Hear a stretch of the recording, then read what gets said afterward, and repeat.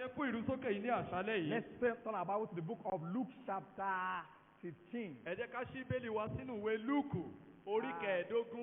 I know gradually we are looking towards the end of the year. It's forcing its way into our thoughts every time.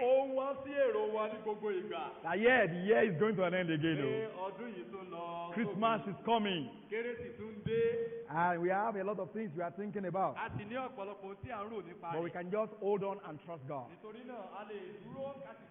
We should not allow this world to flash across our face and turn us from where we are. Luke chapter 15. We started that encouragement from this passage last week. And I intend to just conclude it tonight from the story of the prodigal son. If you have found your place, let's read a couple of verses again. I'll start from verse 11 again. And from that verse 11, it said, a certain man had two sons. And the younger of them said to his father, Father, give me the portion of goods that falleth to me. And he divided unto them his living.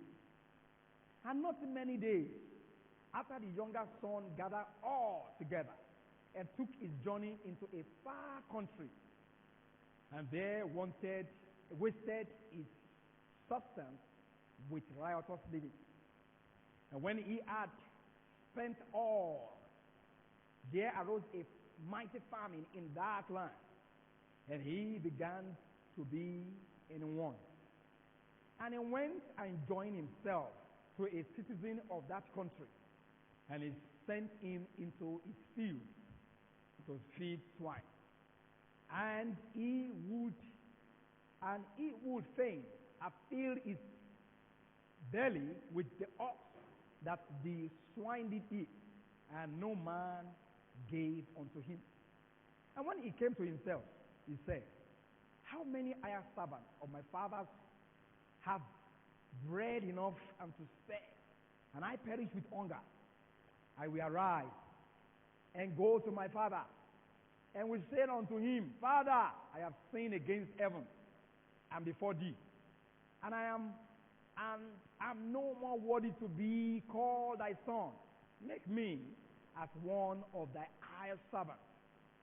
And he arose and came to his father.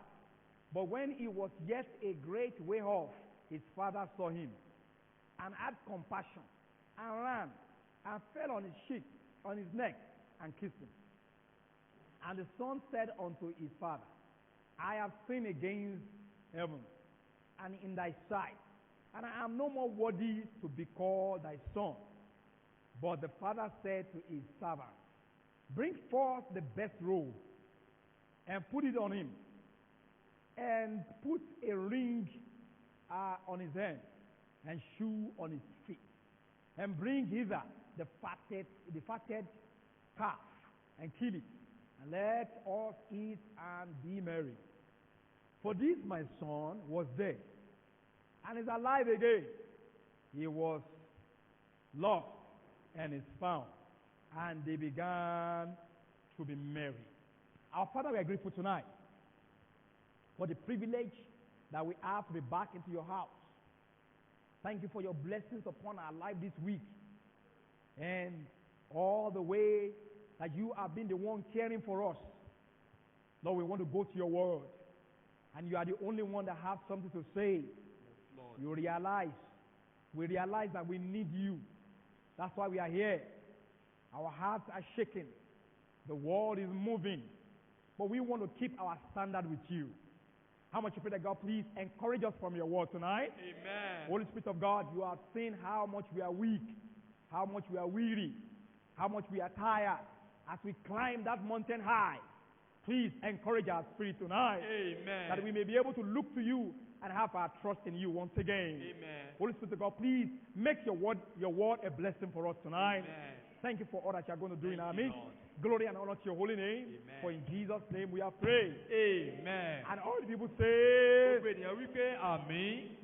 I was telling you about Mary, that she was willing that our life should go on according to the word of God. Mo sọ fún ọ nípa Màríà pé ó wù pé kí ayé rẹ̀ kí ó tẹ̀síwájú gẹ́gẹ́ bí ìfẹ́ Ọlọ́run. Said, be it unto me Ó ní kí ó according to your word. ó ní kí ó rí fún mi gẹ́gẹ́ bí ọ̀rọ̀ rẹ. According to your word, according to your will. Gẹ́gẹ́ bí ọ̀rọ̀ rẹ, gẹ́gẹ́ bí ìfẹ́ rẹ. And that led us to Prodigal son, Èyí sì tì wá lọ sí ọ̀dọ̀ ọmọ onínàkúnà who yìí. wanted his own will, Èyí tí ó fẹ́ ìfẹ́ ara rẹ̀. who gave himself to self-desire, Èyí tí ó fi ara rẹ̀ fún self-pleasure, ìpinnu ara ẹni. same pleasure that this Ìgbádùn ara ẹni, world, ẹ̀ṣẹ̀ this ayé world yìí offers him. tí ayé yìí mú wá fún un. And he left home Ó ti fi ilé sílẹ̀ to discover it out there láti lọ sí ìta. that life is not better at all, Pé ayé ò dára pẹ́ẹ́pẹ́ but níta. with his father at home. Bí kò ṣe pẹ̀lú bàbá rẹ̀ ní And ilé. I said that is a lot of encouragement for us Mo sì sọ pé èyí jẹ́ ọ̀pọ̀lọpọ̀ ìrúsókè fún àwa as we náà. look into the world today. Bí a ṣe wo ayé lónìí, It seems as if the world is having it all the way they ó wanted. dàbí ẹni pé ayé ń rí wọ́n ní gbogbo ẹ̀ bí wọ́n ṣe fẹ́. As the year is going to an end, it seems as if the difficulty is not subsiding at all. Ó bí nǹkan ọdún ṣe lọ sókè, ó dàbí ẹni pé bí gbogbo nǹkan ṣe le kò wálẹ̀ rárá. It's getting more harder. Ó dàbí pé ó nira sí The ni. price of food is climbing by the hour. Oúnjẹ rírà ó wọ́n ti ní ìṣẹ́jú. Everything to survive is becoming so difficult to obtain. Gbogbo nǹkan tá a nílò láti gbégbé ayé wa ó nira láti rí wọn. Sometimes some people look at the way things are going and they think and worry, and sometimes they just burst into laughter. Ọ̀pọ̀lọpọ̀ ọgbà àwọn mìíràn ó ti rò ó lójijì wọ́n ó kàn bẹ̀rẹ̀ sí ní rẹ́rìn-ín. Ẹ̀rín pé mi ò mọ ìdí ń ṣe. Laughter that they didn't even know what to do. Think in themselves and they do not have what is next to be done. Pé wọn ò mọ ohun tí wọ́n lè tún ṣe. Because it seems as if everything is begin to get beyond our capacity. Pé ó dàbí ẹni pé gbogbo ẹ̀ ó ju agbára wa lọ. But like we've heard from that song tonight, he knows that he has the plan at the right time. Ó mọ̀ yóò sì wá nígbà tí ó tọ́. If care is not taken, Bí àbá kíyèsára, this world can easily shift us from our ground. ayé yìí wọ́n lè ṣí wa kúrò ní lórí ìdúró wa. Because as we are tired about how things are going, consequently we are tired about praying too. Torí náà bí a ṣe bó ṣe ń rẹ̀ wá bí ohun gbogbo ṣe ń lọ. Hey. Àbájáde rẹ̀ ni pé ó ń rẹ̀ wá nínú àdúrà It gíga seems wa as if we náà. are getting tired to be faithful. Pé ó tó wá ń débi We are pé tired to ó ń to rẹ̀ wá hold láti on. dúró títọ́. Ó ń rẹ̀ wá láti dúró de Ọlọ́run. We are tired to keep on keeping Ó on. ń rẹ̀ wá láti tẹ̀síwájú láti máa tẹ̀síwájú. But the word from God, from the word of God tonight is saying, hold on. Ṣùgbọ́n ọ̀rọ̀ Ọlọ́run láṣálẹ̀ ń sọ pé ẹ dúró. The story of the prodigal son. Ìtàn ọmọ onínàkúnà yìí. We titled it Prodigal Son, a Self-Seeker. A pe àkórí rẹ̀ ní ọmọ onínàkúnà tí ó ń wá ìfẹ́ ara rẹ̀. Giving himself to self. Ó fi ara rẹ̀ fún Self-pleasure. ìfẹ́kùfẹ́ ara rẹ̀. He wanted it the way he wants it best. Ó fẹ́ ohun gbogbo bí ó ṣe fẹ́. At the expense of whatever it may cost. Kò ní ṣe pẹ̀lú ohun tí ó ná. I just want it. Ó kàn fẹ́ ni. And he thinks life is better out there. Ó sì ròyìn pé ayé dára ní òde So mẹ́rin. he sought it. He sought it out there. Ó sì wá lọ sóde. He sought something that he thought is better out there than in the house. Ó wá ohun tí ó ròyìn pé ó sàn ní òde jù nílé lọ. He was filled with his own way. Ó kún pẹ̀lú He ọ̀nà was tiẹ̀. filled with his own idea. Ó kún pẹ̀lú èrò rẹ̀. He was filled with his own self. Ó kún pẹ̀lú ara rẹ̀. He was filled with his own crave. Ó kún pẹ̀lú ìpòǹgbẹ rẹ̀. We read it last week. A kà ní ọ̀sẹ̀ tó lọ. That when our own way fills our heart, Nígbà pé tí ọ̀nà wa tí ó bá yẹ kó ló gba ọkàn wa, it takes us backwardly. ó máa ń mú wa padà lọ sínú ayé ni. We read it from Proverbs chapter 4 verse 14 last A kà week. láti ní ìwé òwe orí kẹrìnlá That ẹsẹ̀ the kẹrìnlá. backslider in heart shall be filled with his own way. Pé àwọn tí wọ́n pa fà sẹ́yìn ní Always ọkàn with wọn, his own way. wọ́n kún pẹ̀lú ọ̀nà wọn ni. No wonder the prodigal son was tired. Abájọ tí ọmọ onínàkúnà yìí tó ṣe rèé. He came up and said, Father, give me, Ó ti sú ó ní bàbá give mi him fún mi. whatever I deserve from you and let me go. Ohunkóhun tó bá tọ́ sí mi látọ̀dọ̀ rẹ fún mi kó o jẹ mọ́ bá tèmi Because lọ. he was nursing a strange feeling, a strange crave in his heart. Torí pé ó ní Ó ti- ìkòǹgẹ́ àjèjì Ah. ní ọkàn He's rẹ̀. nursing another appetite in his mind. Ó tún ó okun mìíràn ṣe ní ọkàn And rẹ̀. because of what he's not seeing, he's beginning to be dissatisfied. Ohun tí ó sì ń ṣe ní ọkàn rẹ̀ yóò bẹ̀rẹ̀ sí ní ṣaláì nítẹ̀lọ́rùn. He is not content at all. Inú rẹ̀ ò dùn nílé mọ́. He said, Father, give me Ó ní bàbá mi fún mi. whatever belongs to me. Ohunkóhun tó bá jẹ́ tèmi. His request was even rude. Ìbéèrè rẹ̀ gan ó jẹ́ èsì His request- ó jẹ́ èsì alábùkù. His request is a request of ungratefulness. Ìbéèrè He was ungrateful. àìmoore ni. He was discontented. Kò ní tẹ́lọ́rùn. He felt like there is more he deserves than what he's getting at home. Ó rò wípé ohun tí He òun wants tó to bá get- sí òun ó pọ̀ ju ohun tó ń gbà He nílé wants lọ. to get from home. Ó fẹ́ gbà nílé. But he thinks what he's getting from home, he deserves much more.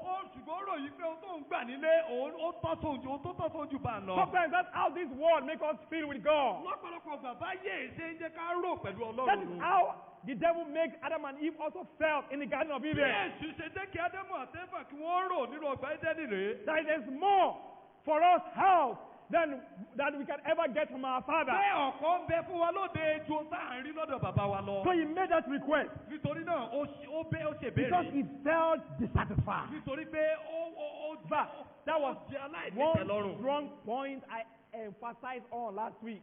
Gbólóhùn nǹkan tí mo ti tẹnu mọ́jú ní ọ̀sẹ̀ tó lọ rèé. Listen, no matter how things may be in work for us, we can never feel at home in this world. Kò sí bí ohun Because gbogbo it's tilẹ̀ in ní our pẹ̀lú home. wa. A lè tàbí Don't- ilé nínú ayé yìí. You see, the crave in our mind, the crave that our body wants, Ìfọ̀nbẹ ní ọkàn wa. this world cannot satisfy it. Ayé yìí ò lè tẹ́ ẹ lọ́rùn. So don't even try to use the worldly pleasure to satisfy yourself. Nítorí náà má wulẹ̀ gbìyànjú rẹ̀ láti fi ohun ìgbádùn ayé tẹ̀ra rẹ But lọ́rùn. the world always makes us feel that life is more fulfilled out there than with our Father. Torí tí ayé ò máa jẹ́ kó yé wa pé ayé ìgbé ayé ó wà ní ìmúṣẹ lóde ju So bàbá he wa lọ. felt discontented. Nítorí náà kò ní He was ìtẹ́lọ́rùn mọ́. dissatisfied Kò ní ìtẹ́lọ́rùn mọ́. because he began to nurture wrong appetite within. Nítorí pé ó ti bẹ̀rẹ̀ sí ní I hope- tọ́jú okun tí ò tọ́ I nínú hope you rẹ̀. are not nurturing it already. Mo rò ipá wa náà tí mọ. But gradually it will displace us from our Father. Nítorí pé yóò kò ní Look at bẹ́ẹ̀ another ní thing. ìtẹ́lọ́rùn. Look at another thing. Look Pẹ̀lú bàbá at wa. another thing I said last week. Ohun mìíràn tí mo sọ ní ọ̀sẹ̀ tó lọ. It is not only that he was dissatisfied. Kìí ṣe pé kò kàn ní ìtẹ́lọ́rùn nìkan. He wanted to move far away. Ó fẹ́ rìn jìnnà.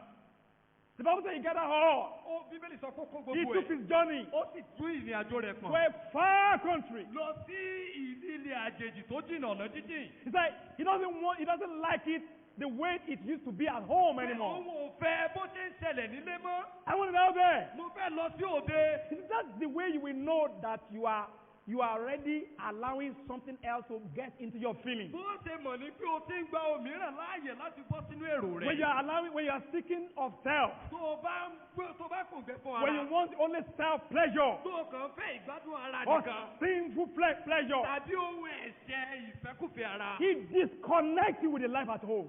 Yóò máa He, ta it's kúrò not only, it's not only that he's nínú ìgbé ayé ilé it's not only yìí. that he's dissatisfied, but it disconnected him. Kìí ṣe pé kò kàn ní tẹ́lọ́rùn nìkan ṣùgbọ́n ó ti ní ìpínyà. He doesn't want to enjoy the life he has now. Kò fẹ́ gbádùn ayé nílé mọ́. Also, he was disconnected. Nítorí náà ó ní ìpínyà. And he thought like that, there's a better connection out Ó sì there. rò wípé ìbáṣepọ̀ tí ó ga tó dára ń bẹ lóde. Hey! The prodigal son was weary, Gbọ́ was tired. ọmọ onínàkúnà yìí ó rẹ̀ ó sú. He was weary. Ó rẹ̀ ó sú. He was tired Ó sú of the life at home. fún ìgbé ayé tó ń gbé nílé. He doesn't want his father's management anymore. Kò fẹ́ ìmójútó He bàbá rẹ̀ doesn't want mọ́. his father's governance Kò anymore. fẹ́ àbójútó He bàbá doesn't rẹ̀ want mọ́. his father's discipline. Kò fẹ́ ìbáwí He bàbá rẹ̀ doesn't want mọ́. his father's providence. Kò fẹ́ ìṣàkóso He bàbá rẹ̀ feels like mọ́. he can be a good manager. Ó rò wípé òun lè jẹ́ olùtọ́jú ara òun tó dára. That's how this world is making us to Bí feel. ayé yìí ṣe ń jẹ́ ká rò rèé. But it's going to, the world always promises us much, but it brings lots and lots of disappointment. Ayé máa ń ṣèlérí púpọ̀ fún wa ṣùgbọ́n wọ́n máa ń mú ìjákulẹ̀ púpọ̀ wá ni. The system in this world has no place for God and His will. Ètò inú ayé yìí kò ní àyè fún Ọlọ́run àti fún ìfẹ́ So rẹ̀. the more we are yielding to it, the more it takes us away, far away from our Father. Bàdé gbọ́dọ̀ sí bẹ́ẹ̀ ni ó ṣe máa mú wa kúrò níwájú bàbá wa. Listen to me now. Gbọ́ mi lónìí. I said I want to compare the life before and the life after he left the home. Mo ní mo fẹ́ gbé ìgbé ayé tẹ́lẹ̀ wò àti ìgbé But let me ask you again tonight. What is the motivation behind the change you seek? What is motivating you? I know you want change. You crave life to be better. You want more. You want things to be different. But what is motivating you? Is it just to satisfy your own self? Just to live the way you want to live? Or you want everything to the glory of God? The Bible said what it said we have for our devil, whatever we eat or drink or whatever we do, we should do all to the glory of God. But the truth of it is that if all that you want is just all about yourself, at the expense of I don't care whether I bring glory to God or not, the end is always sorrowful, like the life of Prodigal son.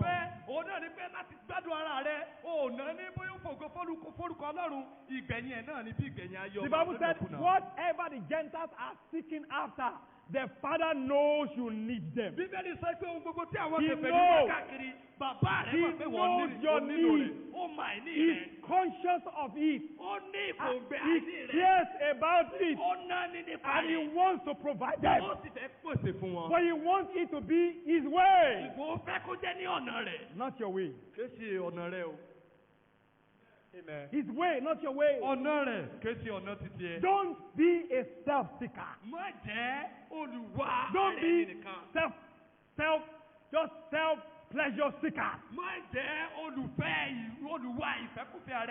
God wants to seek His will first. Wanted His will above all. And you will find everything in it. The prodigal son just wanted what he wanted.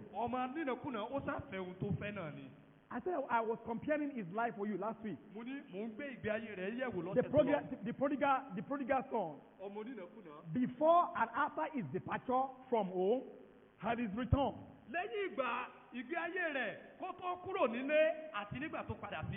I said before he left. I said he wanted to be free. He wanted to open the. Thank you, sir. But he became a slave. He became a slave. He wanted to be free from the rules of his father. He wants to be free from the responsibility. He wants to be free from accountability. Kò fẹ́ gbé ayé rẹ̀ láti fi ṣírò fẹ́nikẹ́ni. Òun ò fẹ́ máa jíyìn fún ẹnikẹ́ni. Ara ẹ̀ ló fi máa jí pé bí mo ṣe fẹ́ rí. He doesn't want to be accountable to anyone. He wants to be free. You know, freedom is not that you can do whatever you like. So want to do anything you like to do is bondage. You are a bond of self. You are only free when you are submissive to God. No, what I said, if the Son of Man shall make you free, ye shall be free indeed.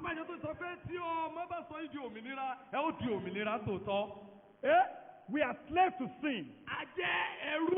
We are slaves to death. We are slaves to destruction. We are slaves of hell. But bless God, Jesus free us all. He freed us indeed. Amen. And He's taking us to the freedom in its fullness when He takes us home. There's no other place you can find freedom than in the will of God. But the world will not let you feel that way. He wanted to be free.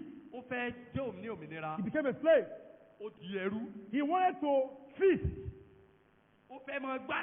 Party. Yes, sir. He wants to be free. He wants to be free. He became famished.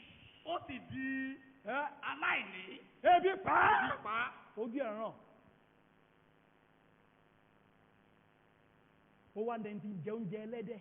And he became someone who Bíbélì ni is pé living with wọ́n swine ti ẹ̀ food. fún gan. The Bible even said they did not give it to him. Òun fún ẹbí ò tẹ́bi. He is taking his. Ẹnìkan ní wọ́n ní ìyà tó yà lẹ́ni ọmọléèwé ọ̀nà tíjà ọ̀nà ọmọdé ní yá ẹ̀.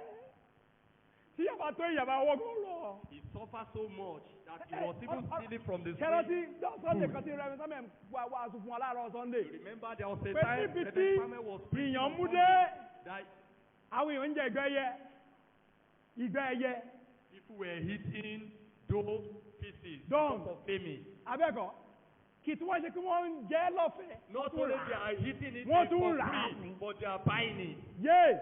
Èèyàn mélòó nínú yín ni ó kó lọ́ra àgbẹ̀ ẹyẹ? How many of us Ṣé will go out ṣé there to ajá ń bè lọ́wọ́ buy ẹyẹ àgbẹ̀? Ṣé ìgbẹ́ ẹyẹ dùn ni? food with the farmers?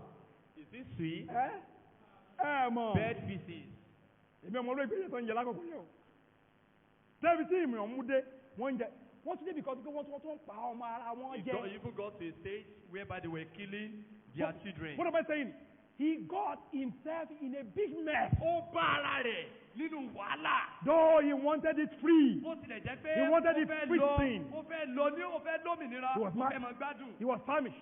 Ó di Listen. ẹni tẹ́bi ń pa. He was imagining all this and nothing this idea before he left. So, Kíyèsí, ó ti ń ṣe ètò, ó ti ń gba gbogbo èrò yìí kó tó hey, kúrò the lé. devil is bringing the idea to his Èyí mind. mú àwọn èrò Oh. sí ọkàn rẹ̀. Party out there. Ìgbádùn Freedom out there. òmìnira bẹ́ẹ̀ tá He can bẹ́ẹ̀. imagine it. Ó lè rò ó. And it's making him feel like the life of Bible reading, the life of going sowing it, the life of prayer, the life of separation, his bondage. Ìgbé ayé ìyàrá sọ́tọ̀ ìgbèkùn ni. Sometimes they make us feel like it's a long way. Lọ́pọ̀lọpọ̀ kó máa ń jẹ́ kárí bí ẹni pé ọ̀nà títì ni. There's a shortcut. Pé ọ̀nà ẹ̀bùrú wà. Let's go the short way. Yá gba ọ̀nà ẹ̀bùrú. But it's always cut short. Ṣùgbọ́n ó máa ń fa àkúrú ni. So he ó máa ń wanted, fàyè he kúrú just ni. wanted to satisfy himself. Ó ṣàfẹ́ gbádùn ara rẹ̀. So he want no freedom, no peace. Kò sí He òmìnira, had it kò sí ìgbádùn. he had it just for a time before he got into the mess. Kò gbádùn, kò tó àkókò Again, púpọ̀ tí ó fi wá he sínú wanted wàhálà. to marry. Ẹlẹ́ẹ̀kejì, ó fẹ́ jẹ́ Ah, ó fẹ́ mọ àríyá, abẹ́rẹ́, fun. Àríyá wá. He thought life is all about Ó fun. fẹ́ kí ó mọ kó sàmọ gbogbo ayé rẹ̀ máa jẹ́ But àríyá. he became miserable. Ṣùgbọ́n ó di rúdurùdu. He became Ó miserable. di rúdurùdu. The Bible said he became to get into one. Bíbélì sọ pé ó And- bẹ̀rẹ̀ sí ní ṣaláìní. Being a Jew, I thought maybe this man should be a Jew. If he's a Jew, Tó bá jẹ́ ará Júù lóòótọ́, I can imagine that he wants to go and feed the swine. ó burú jáì pé ó lè máa lọ láti lè tọ́jú ẹlẹ́dẹ̀. I can believe that he is now enjoying what they call abomination. Pé ó wá ń gbádùn ohun tí àwọn Júù pè léèwọ̀. But when the trouble came, he doesn't mind. Nígbà tí wàhálà dé, kò tiẹ̀ ríro. How much do you have to lose before you come back to your senses? Mélòó bó ló ti ń láti pàdánù tó kó tó padà wá I'm sí coming ẹ̀wọ̀n there. rẹ̀. Sister, it's amazing that he went so down that he hit the bottom of the pot before he could realize. Ó jẹ́ ohun ìyanu pé ó ti lọ jìnnà tó bẹ̀rẹ̀ sí ní jó oúnjẹ ẹlẹ́dẹ̀ kó tó ronú. That is clear to you that what the war or that crave promised him is not what he meant. Èyí ó hàn gbangba tó wá pé ohun tí ayé àti ìkóngbẹ rẹ̀ tó ṣèlérí fún kan ló bá. Now let's go after. Ẹ jẹ́ ká Let's go máa after. lọ lẹ́yìn ìgbà náà. After that he has done all that he has done. Lẹ́yìn ìgbà tó ti ṣe ohun gbogbo tó ti ṣe. Now, Báyìí from verse 17, láti ẹsẹ̀ the Bible says, ìkẹtàdínlógún. and he came to himself. Bíbélì He said, how many hired servants? So my fathers have bread enough and to spare, and I perish with hunger. ṣùgbọ́n nígbà tí ojú rẹ̀ là ó ní àwọn alágbàṣe bàbá mi mélòó mélòó ni ó ní oúnjẹ àjẹyó àti àjẹtì èmi sì ń kú fún ebi níhìn yìí. Ojú rẹ̀ ò là títí tó fi dénú ilé ẹlẹ́dẹ̀. His eyes was not open until he get to that side. Till he got to that side. But when he got there, ṣùgbọ́n nígbà tó débẹ̀ he wants to go back home. ó fẹ́ padà sílé. And he said, Ó sì sọ pé he wanted to be just a servant. ó ní òun jákèjì tí ẹ̀fẹ́ jẹ́ ẹrú I don't, I, lásán I, ọmọ I, I ọ̀dọ̀. don't want to read that again, verse 18. Ọmọ ọ̀dọ̀ I just lásán. want to go. I am not even worthy. Pé ìyẹ́ ìdí ẹ̀yẹ mọ́. You know, at home, he said, give me my worthy portion. Ní ilé ó sọ pé ẹ fún mi ní ẹ̀tọ́ mi tó But tọ́ he sí mi. came back not worthy. Ṣùgbọ́n ó padà dé That's what self-seeking will make us. Ohun tí ó ìfẹ́ ara ẹni wíwá tí He ó was, sọ wá dìre. he said, I am worthy. Ó ní mi ò tọ́. I have right. I have right. Mo ní ẹ̀tọ́. I deserve it. Mo tó kátó sí mi. But by the time he came back, Ṣùgbọ́n nígbà tó he padà said, dé. I deserve nothing. Ó ní nǹkan kan ò tọ́ sí mi mọ́. I don't even deserve to come into the house. Èyí tí ẹ̀tọ́ láti Just wọlé let me náà. be a servant. Ẹ sá gbà mí gẹ́gẹ́ bí ẹrú. Just to be a servant. Ẹ sá jẹ́ kí n di ọmọ ọ̀dọ̀. The only thing I think, even being a servant is an unworthy position, but please, let me just have that. Bẹ́ẹ̀ o tí mo lè rò ní pé láti di ọmọ ọ̀dọ̀ kìí ṣe ipò tó dára ṣùgbọ́n ẹ sá ti ẹ̀dá pẹ̀ bùn mi. Don't let this world confuse you. Má jẹ́ kí ayé yìí kó sí ọ lọ́nà. Amen. He lost his right completely. You see, that right, Ó sọ ẹ̀tọ́ that rẹ̀. right still belongs to him, Ẹ̀tọ́ ó sì jẹ́ tiẹ̀ o. but he doesn't feel like it anymore. Ṣùgbọ́n kò rò ó pé ó jẹ́ tòun mọ́ láéláé. All he wanted is just to be a servant. Ohun gbogbo tó fẹ́ òní láti jẹ ẹrú. But life at home, Ṣùgbọ́n ilé is different from ìgbé ayé nílé. life at home is different from a life in the world. Ó sàn, ó dára, ó yàtọ̀ He ayé wanted to be a lóde. servant, Ó fẹ́ jẹ ẹrú. but he was treated as a son. Ṣùgbọ́n a tọ́jú rẹ̀ gẹ́gẹ́ bí ọmọ. That's right. Amen. He wanted to be a servant, Ó fẹ́ jẹ ẹrú ọmọ ọ̀dọ̀. but they welcome him. Ṣùgbọ́n They welcome him. àgbà. They change his clothes. Wọ́n yí aṣọ rẹ̀ They kó. put now new one on him. Wọ́n mú aṣọ tuntun I wọ̀. don't know whether he even came back with shoes. Bóyá ló tiẹ̀ padà wá pẹ̀lú orí They bàtà. gave him a new shoe. Wọ́n tún fún ní bàtà They tuntun. didn't even give him decoration. Wọ́n fún wọn ṣe lọ́sọ̀ọ́. Ó tún lu ó tún ẹ̀wẹ́rì. Wọ́n tún fún bàbá tó ní kó tún fi ọ̀kà bọ̀ The lọ. father still honor him with Wọ́n ṣe ring. lẹ́ṣọ̀ọ́. Wọ́n ṣe He lẹ́ṣọ̀ọ́. was decorated. Amen. Amen. That's life at home. Bí ayé ṣe rí nílé nu amen. That's That's even for unworthy son. Fún àwọn èyí tó jẹ́ fún ọmọ tí ò yẹ mọ́. Listen to me now.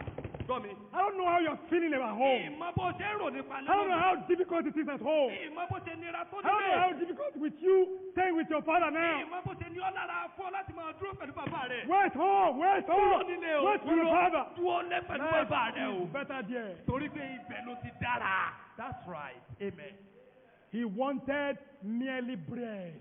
Ó kàn fẹ́ àkàrà lásán búrẹ́dì. He just wanted Ó bread. kàn fẹ́ àkàrà He said, búrẹ́dì lásán. my father's servants eat bread. Ó ní àwọn ẹrú bàbá mi wọ́n ń jẹ He búrẹ́dì knows. àkàrà. He knows. And they put aside. Wọ́n sì tún jẹ́ lájẹpàtàn. All he wants to go.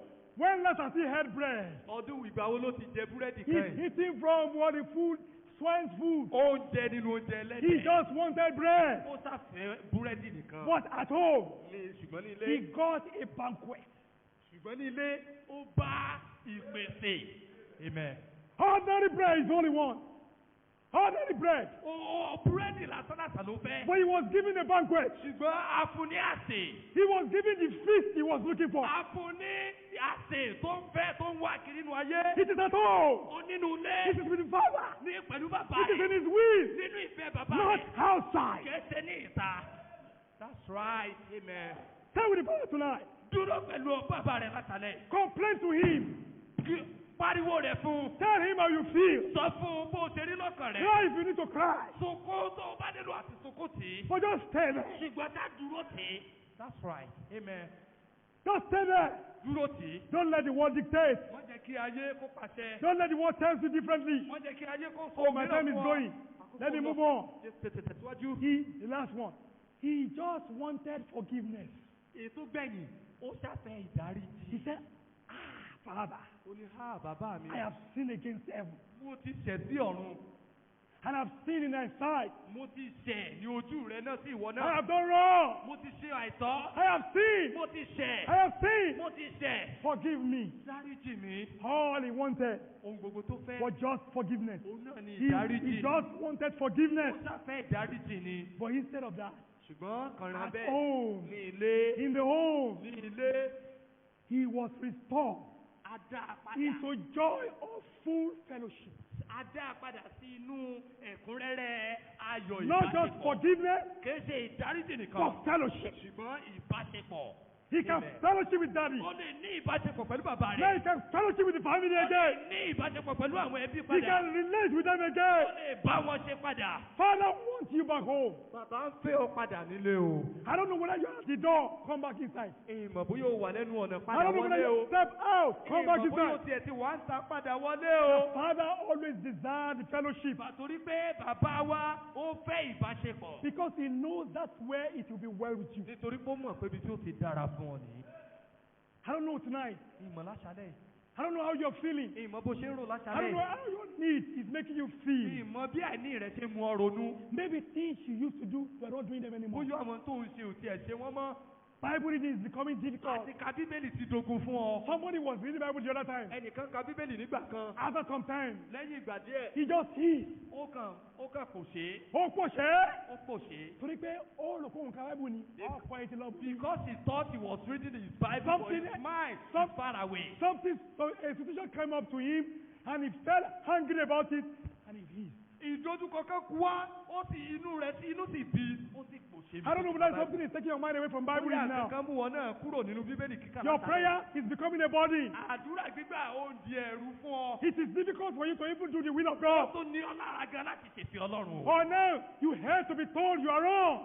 Tàbí ó ní ọ lára láti gbọ́ pé ó ṣàìṣedédé, ó jẹ̀bi. When you are beginning to stray and you are being told you don't want, Nígbà tó o ti ń yapa, a ti sọ fún ọ, o ò fẹ́ mọ́. you don't want to listen anymore. O ò fẹ́ tẹ́tí mọ́. Or listen because of what you want, you are telling a lot of lies. Tàbí Listen. nítorí tó o dáfẹ́, irọ́ ni wọ́n fi ń gbé lẹ́sẹ̀. You are just saying anything just to get what you Ó want. sọ ohun gbogbo láti rí ohun tó fẹ́. You are saying, well, this one, there's no way. You just have to say it that way to get what you Ó want. fẹ́ nínú ayé kò sọ́nà, ó sáré láti In your rí place ọ̀nà of fún work. láti rí tó fẹ́. In your place of work, Níbi iṣẹ́ rẹ̀, in the market, ní ọjà rẹ̀, at school, nílé ìwé rẹ̀. you see, you are beginning to do it their Ó way. dàbí ẹni kó ti ń ṣe ní ọ̀nà You are rẹ̀. beginning to Ó change. ti ń yí padà. You see, lie is no more lie. Irọ́ kò jẹ́ irọ́ mọ́. You see that you easily get over the mood of sermon. Ọ̀rọ̀ Ọ̀rọ̀ ọlọ́wọ́ ẹ̀fẹ́ tó ti ń kó lọ́kàn. Ọlọ́run ò fẹ́ tó fi kú lọ́kàn rẹ̀ Ìgbó tó mọ́. fẹ́ ṣe ló ń ṣe é.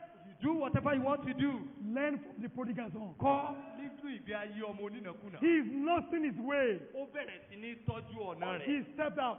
títí tí ó fi jáde. In fact, 3 lessons again. Ẹ̀kọ́ mẹ́ta ni o. Hey, first, Alákọ̀ọ́kọ́, prodigal son pleased himself. ọmọ onínàkúnà ó tẹ́ra rẹ̀ lọ́rùn. Ó ṣe gbogbo ohun tó fẹ́ ṣe. He did all he wanted to do. He did it the way he wanted it. Ó ṣe é ní ọ̀nà tí ó fẹ́. He pleased himself. Ó tọ́jú ara ẹ̀, ó But bu ara he rẹ̀. came back regret. Ṣùgbọ́n ó Regretting. padà dé ní ìkábàámọ̀.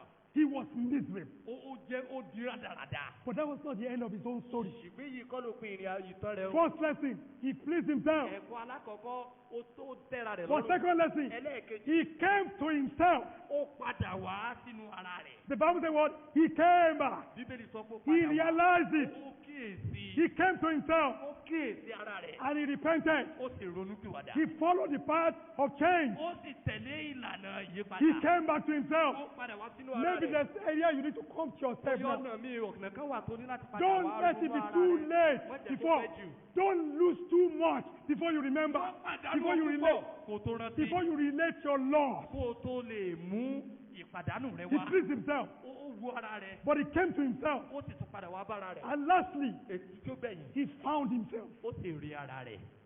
He found himself. Ó rí ara rẹ̀. His father said, he's lost. Bàbá rẹ̀ sọ pé ó But ti now sọnù. he's found. Ṣùgbọ́n a rí i. He came back to the fellowship. Ó padà wá sínú ìbáṣepọ̀. And life was restored for him. Ìgbé ayé sì dá padà Yes, fún he un. has his loss. Yes, he has his loss. Bó tilẹ̀ jẹ́ pé ó sì ní ìpàdánù rẹ̀ o. But he came back to that fellowship. Ṣùgbọ́n ó padà wá sínú ìbáṣepọ̀ Come back yìí. tonight. Padà wá láṣálẹ̀ yìí. When it is time to pray, talk to him. Nígbà tó bá tán kó àti gbàdúrà bá a sọ. Do you know that God hears? Tó mọ̀ kọ́lọ́run gbọ́ ọ. When we were coming tonight, Nígbà tá a bọ̀ these are- láṣálẹ̀. we were talking about Lai Mohammed. Wọ́n sọ̀rọ̀ nípa Lai Muhammed. You know what I'm talking about? Àwọn oníwàásù àkàndé. And Reverend said, Lai Mohammed told us Oníwàásù àkàndé sọ pé Lai Muhammed sọ fún wa pé that his grandson pé ọmọ or his ọmọ grandson rẹ̀ was asking him, pé ó bí Daddy, pé why bàbá are mi. they calling you Liar Mohammed? Kí ló dé tí wọ́n ṣe ń pè yín ní Muhammed tó ń parọ́? Without going straight into much in that story, Láì lọ sínú ọ̀rọ̀ ikú pọ̀ jù. Reverend Samuel said, wow. Oníwàásù àkàndé sọ pé By the way, By the way, ọmọ kékeré. by the way, ẹgbọ́n náà. see, things that we always just say, we just talk about our politicians on the street, in our house. ọ̀gá kan máa ń sàwọn ọ̀rọ̀ yìí nípa àwọn olóṣèlú wa lójú títì nílé wa ni o. So you can get to them. so o lè dọ́dọ̀ wọn. Did you get that? ṣẹgbọ́n yìí pé o lè Abi, dọ́dọ̀ wọn. Tabason, Lai Mohammed, had a liar. We were talking He's about a liar. Muhammad. We called him a liar. How did that statement get to him? bó o ní gbólóhùn ọ̀rọ̀ yóò ṣe dọ́dọ̀ rẹ̀. That he knows regular Nigerians are calling him liar. ó mọ̀ wípé àwọn ọmọ nàìjíríà ń pè ní Muhammad òpùrọ́. So he said, so all this that we talk about are politicians. They too get to hear. so ó sọ pé ohun gbogbo tá à ń sọ nípa àwọn olóṣèlú wa ṣé wọ́n ń gbọ́. But the unfortunate thing, ṣùgbọ́n tó burú jù they bẹ́ẹ̀ ni pé seal their mind. wọ́n ti di ọkàn wọn. One bomb, but that's on power. They heard what we said about them. Etí ọba ńlẹ̀, etí ọba lóko, èèyàn ní jẹ́ bẹ́ẹ̀. They are hearing everything Wọ́n one way or the gbọ́ other. bá a ṣe tó pé wọn ò ṣe dáadáa. As we complain about them, Ṣùgbọ́n wọ́n they lé ọkàn hear, wọn. but they are sealed. Wọ́n lè ń their ṣe heart, ìfẹ́kúfẹ́ tí wọ́n lọ. and they are doing their own will. Ògo ni forúkọ lọ́rùn. Glory be to God. Gbogbo táyà sọ ní kí bàbá wa. Everything we said about our Bàbá Father, wa náà ń our gbọ́. Heavenly Father hears, Ṣùgbọ́n òun kì í lé ọkàn rẹ̀. but He will never share His Òun heart. ń gbọ́ láti bá ènìyàn pàdé. To meet our needs. Talk to him tonight. Tọ́lọ́ látàlẹ́ He yìí. can listen. Ó lè gbọ́. He can hear. Ó lè gbọ́. And he will be there to help you. Yóò sì ràn ọ́ lọ́wọ́. Every advice. Gbogbo orí kó wà sí tẹ̀bà.